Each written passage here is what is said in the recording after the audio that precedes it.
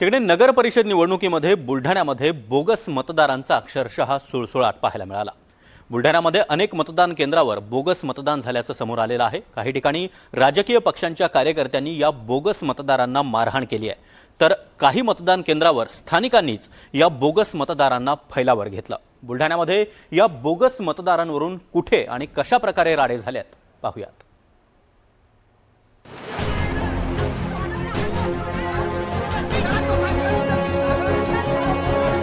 बुलढाण्यातील मतदानादरम्यानचा हा राडा।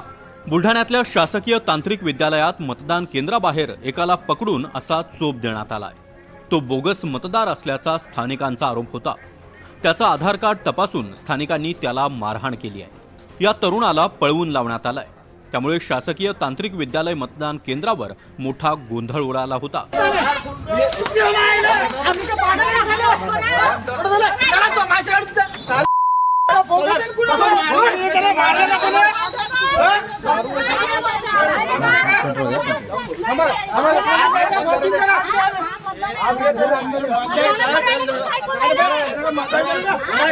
काय नेमका प्रकार होते? अंदर गेले, डायरेक्ट शाई लावली। मी त्याला अडवायला गेलो तर त्यांचे जे ज्यांनी त्यांना पाठवलं इथं त्यांनी माझी कॉलर पकडली। मी त्यांना दोघांना पण शाई मारून आल्यानंतर पण मी त्यांना बाहेर ओढलं।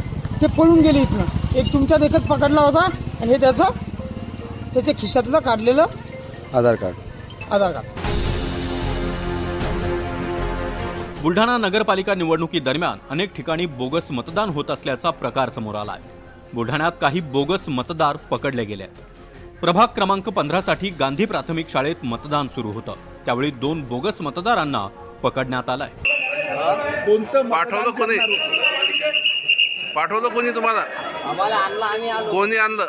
होते गावातले होते। आता कोण होते? कोणत्या पक्षाचे होते? कोणतं मतदान करणार होते तुम्ही? वगैरे ते तर काही माहित नाही असं। मग नाव सांगा, कोणी पाठवलं तुम्हाला? कोणी आणलं? चल घ्या नाव। गावातले होते। नाव सांगा त्याचं, कोण होतं? नाव घ्या पटापट। अरे कोण सांगितलं? हा, गणेश हरामकर। कोणत्या पक्षाचा आहे तो? ते नाही माहिती। अरे असं कसं? किती जण आले तुम्ही? आम्ही दोघंच होतो। आणखीन किती जण गावातून आले? किती गाड्या आल्या? गाडी नंबर काय? आपल्या गाडीने आणली, आम्हाला आणलं त्याच्या गाडी। बुलढाण्यामध्ये घाटाखालून 2 गाड्या भरून बोगस मतदार आणल्याचा आरोप काँग्रेसनं केला। जो नेहमी अशाच भानगडी करतो, मागच्या वेळेस 841 मतांनी निसटता विजय झाला आणि तो बोगस मताचा विजय झाला। आणि आज रोजी सुद्धा हाच प्रकारे घाटाखालचे काही गावं आहेत, आव्हा असेल, थड असेल, दहीगाव असेल, या ठिकाणाहून क्रुझर भरून एक बोगस मताचा कारभार या ठिकाणी चालवलेला आहे। काही गाड्या ह्या राजूर घाटातून येत आहेत, तर काही गाड्या ह्या देऊळघाट मार्गे येत आहे।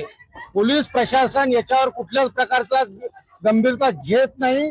आणि यामध्ये शिवसेना एकनाथ शिंदे गटाने तर गुंडागर्दी लावलेली आहे। थेट आमदाराच्या घरातील लोक पोलिसांना लोटपाट करण्याच्या अत्यंत संतापजनक घटना देखील घडलेल्या आहेत। त्यामुळे अशा लोटपाट करणाऱ्यांवर, बोगस मतदान करणाऱ्यावर प्रशासन नेमके कोणते गुन्हे दाखल करणार याकडे लक्ष हे लागून आहे।